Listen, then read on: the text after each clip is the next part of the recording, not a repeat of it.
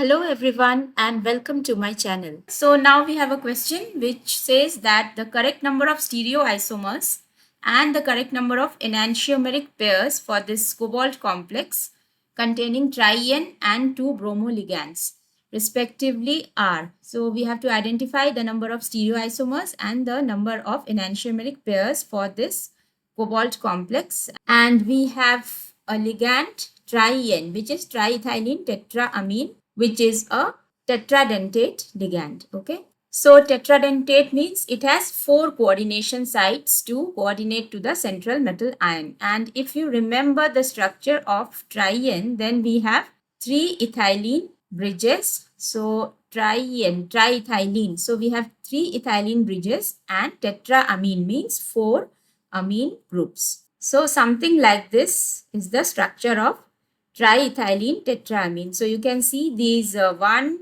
2 and 3 ethylene bridges, CH2, CH2. Okay, and we have 1, 2, 3 and 4 tetraamine, 4 amino groups, and the coordination of the ligand occurs through these amino groups, 4 amino groups. So we have 4 coordination sites, which makes it a tetradentate ligand. And since it is a tetradentate ligand, then the total number of ligands here should be 4, and then 4 that belongs to triene because it has 4 coordination sites, and then we have 2 bromoligands. Okay, 4 plus 2.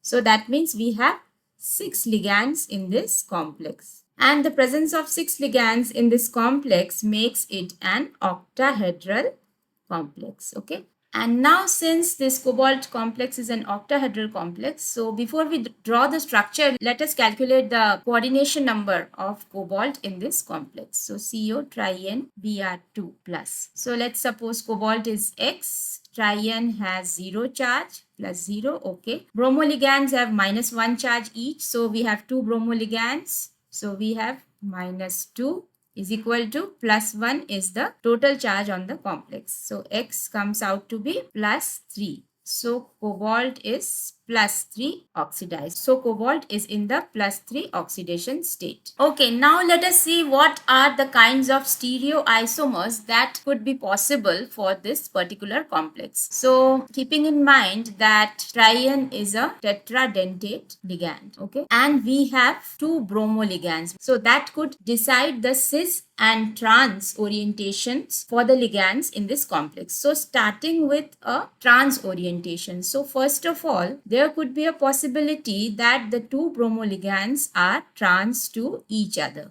Okay, in one of the stereoisomers. Okay, now if 2 positions are occupied by bromoligands trans to each other, then we have remaining 4 positions in the octahedral complex. So remaining 4 positions are occupied by the nitrogen atoms of the 4 amino groups of the triene ligand. So if you remember that the triene ligand has 4 amino groups and 3 ethylene bridges. So we have 4 amino groups with which the metal ion is coordinated. So the rest of the 4 positions apart from 2 bromoligands are occupied by the nitrogens of the triene ligand. And we know that how we write the shorthand notation for these kinds of ligands, which are a kind of chelating ligands. So something like this.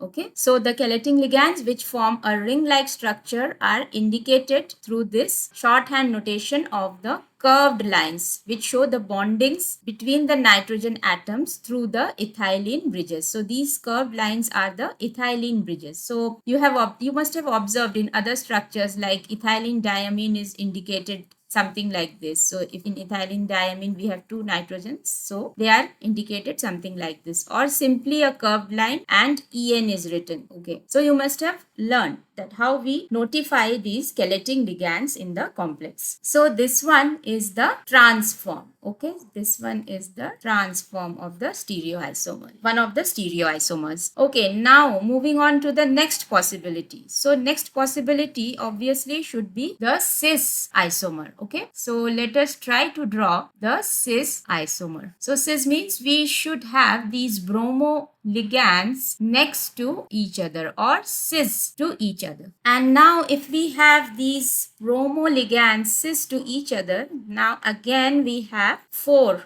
positions which are vacant for accommodating the 4 nitrogen atoms of the 4 amino groups of the tri-N ligand. Okay, so these 4 positions are occupied by the amino groups of the tri-N ligands, and now we again connect them like this. So these 3 curved lines indicate the 3 ethylene bridges. So we have 3 ethylene bridges which are indicated through the curved line. You can see in the structure, in the first structure also we have 3 curved lines indicating 3 ethylene bridges. Here also we have 3 curved lines indicating 3 ethylene bridges of the tri-N ligand. Okay, so this one is the cis isomer. Now another possibility also exists, which is again a cis isomer, but the orientation is a bit different than the second structure. And how it is different is, so we have one bromo here and the next bromo is somewhere here, alternate, okay,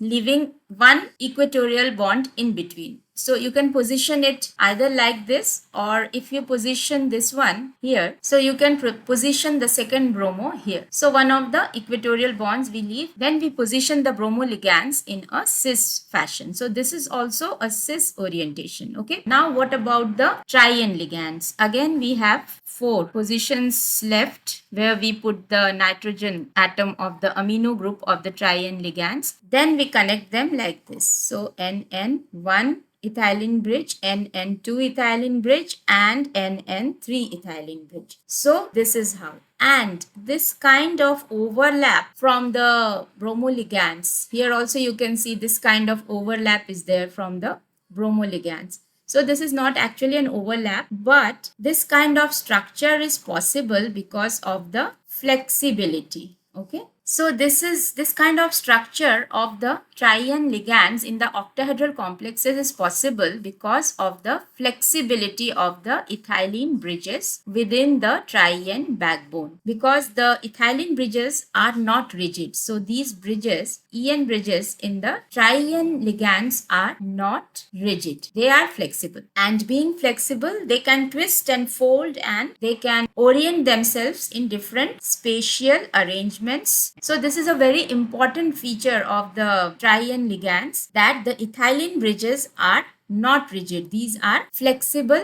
ethylene bridges. Now, next we analyze the chirality to understand the presence of enantiomeric pairs. Now, in the trans isomer, you can very well see that if we put a mirror or if we divide this plane, then we get similar images on the left hand side as well as the right hand side. Okay, that means there is a plane that can divide this molecule into 2 equal halves, passing through the vertical axis on the axial bromo ligands. So this is the plane of symmetry that divides the molecule into 2 equal halves in the trans isomer. That means this trans isomer is achiral. Okay, now moving on to the cis isomer, the second one. Okay, so in the second structure, which is a cis isomer, there is no plane of symmetry. So if you try to cut it through any axis, vertical, horizontal or diagonal, or if you place a mirror, then you would not get similar images or 2 equal halves for this complex. So that is why this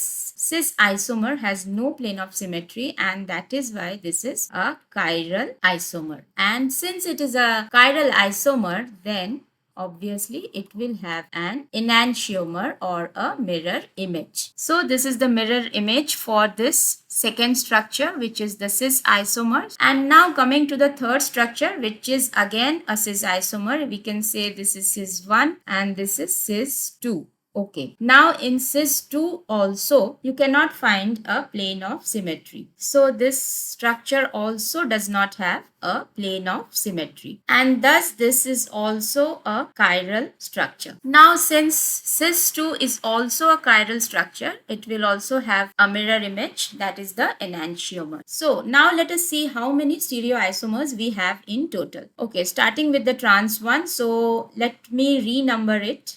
So we will put the numbers again. The trans isomer, which is achiral, does not have an enantiomer. So this is structure 1. Okay. Now then we have this second structure, which is cis 1. So let us number it as the second structure. Now second structure is chiral and it has an enantiomer or a mirror image. So this one becomes the third structure. That is the mirror image of the second structure is the third structure. Now coming to the cis2 isomer. Cis2 isomer is our fourth structure and it has a mirror image. Now this mirror image of fourth becomes the fifth structure. That is the fifth stereoisomer. Okay, so in total, how many stereoisomers we have? We have 1, 2, 3, 4, and 5, including the mirror images of the cis1 and cis2 isomers. So 5 stereoisomers we have, and how many pairs of enantiomers we have? We can see here very well that we have one pair, this one pair of enantiomer, and here we have another second pair of enantiomers. So we have two pairs of enantiomers. So I hope you understood that how we are calculating the number of stereoisomers and the number of enantiomers. So we have two pairs of enantiomers of this complex. Now let's go back to the question again. So we have 5 stereoisomers and 2 enantiomeric pairs. So option 1 has 5 and 2. So obviously this option is our correct answer for this question.